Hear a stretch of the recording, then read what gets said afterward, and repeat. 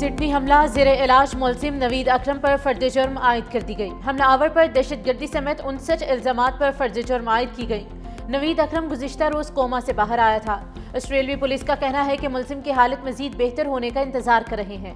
نئے گن قوانین کے لیے ریاستی پارلیمان کا ہنگامی اجلاس اگلے ہفتے طلب کر لیا۔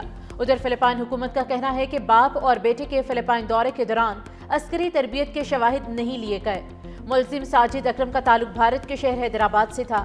سڈنی حملے میں 15 افراد ہلاک ہوئے تھے۔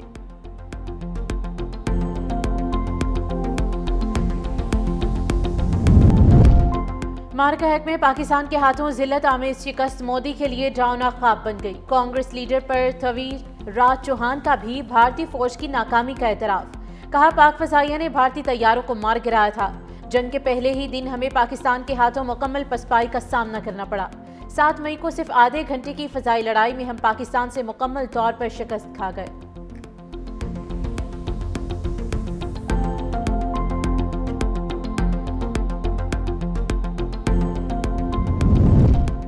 وزیر اعلیٰ سہیل آفریدی سمیت خیبر پختونخوا کے 5 MPs اشتہاری قرار۔ مینا خان، امجد علی، شفیع اللہ جان اور اقبال آفریدی کے بھی اشتہار شائع۔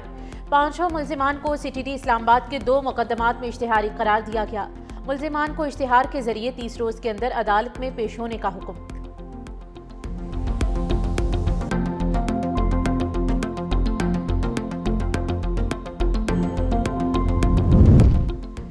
جسٹس طارق جہانگیری نے اسلام آباد ہائی کورٹ میں 3 درخواستیں دائر کر دیں۔ جسٹس جہانگیری کی چیف جسٹس سرفراز ڈوگر کی بینچ سے الگ ہونے کی صدا۔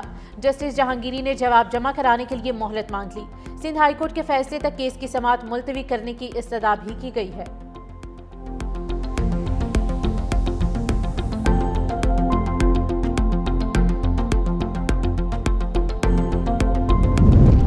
عدالتی حکم کے باوجود 3 MPO جاری کرنے پر توہین عدالت کیس ڈپٹی کمشنر اسلام آباد اور SSP آپریشنز کی توہین عدالت کی سزا کالعدم قرار۔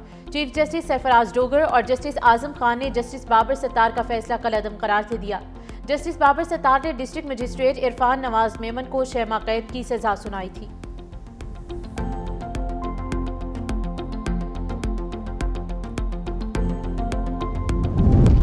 محکمہ ٹرانسپورٹ سندھ کا جعلی فٹنس سرٹیفکیٹ استعمال کرنے والی گاڑیوں کے خلاف کریک ڈاؤن۔ سینئر وزیر شرجیل انعام میمن کا جعلی سرٹیفکیٹ والی گاڑیوں کے روٹ پرمٹس منسوخ کرنے کی ہدایت۔ ریکارڈ بھی محکمے کے لائیو پورٹل پر اپڈیٹ اور مقدمات درج کروانے کا حکم۔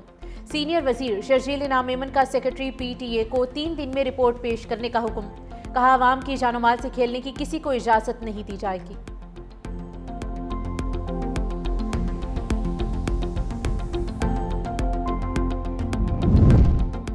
کراچی میں گڈز ٹرانسپورٹرز کی ہڑتال کا 10واں روز۔ پورٹس اور ٹرک اسٹینڈز پر مال بردار گاڑیوں اور کنٹینرز جمع ہے۔ ملک بھر میں اجناس، اشیاء ضروریہ، ادویات کی سپلائی متاثر۔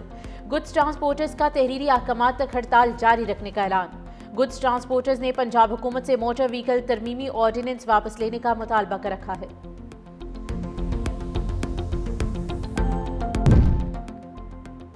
اور ملک میں مغربی ہواؤں کا نیا سلسلہ رواں ہفتے داخل ہونے کی توقع۔ بالائی علاقوں میں بارش اور پہاڑوں پر برف باری کا امکان۔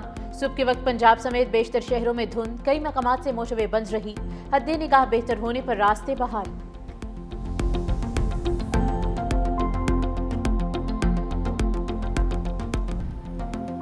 بجلی صارفین کے لیے اچھی خبر، ماہانہ فیول ایڈجسٹمنٹ کی مد میں بجلی 72 پیسے فی یونٹ سستی ہونے کا امکان۔ CPPA کی نومبر کے ماہانہ فیول ایڈجسٹمنٹ کی درخواست دائر، نیپرا 31 دسمبر کو کیس کی سماعت کرے گا۔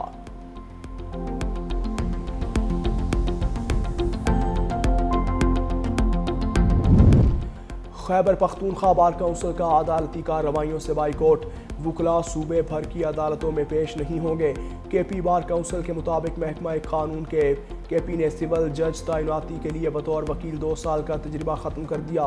اس فیصلے کے مطابق آئندہ بغیر تجربے کے ججز کی تعیناتی ہوگی۔